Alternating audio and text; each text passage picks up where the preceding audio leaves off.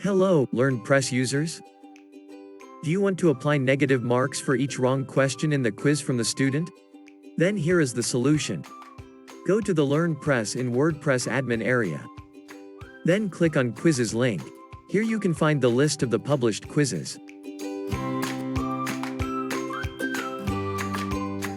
Click the edit link of the quiz which you want to enable to negative marking quiz.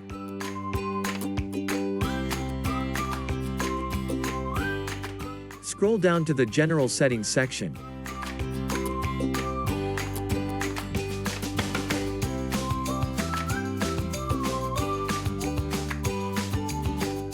You will find minus points and minus for skip.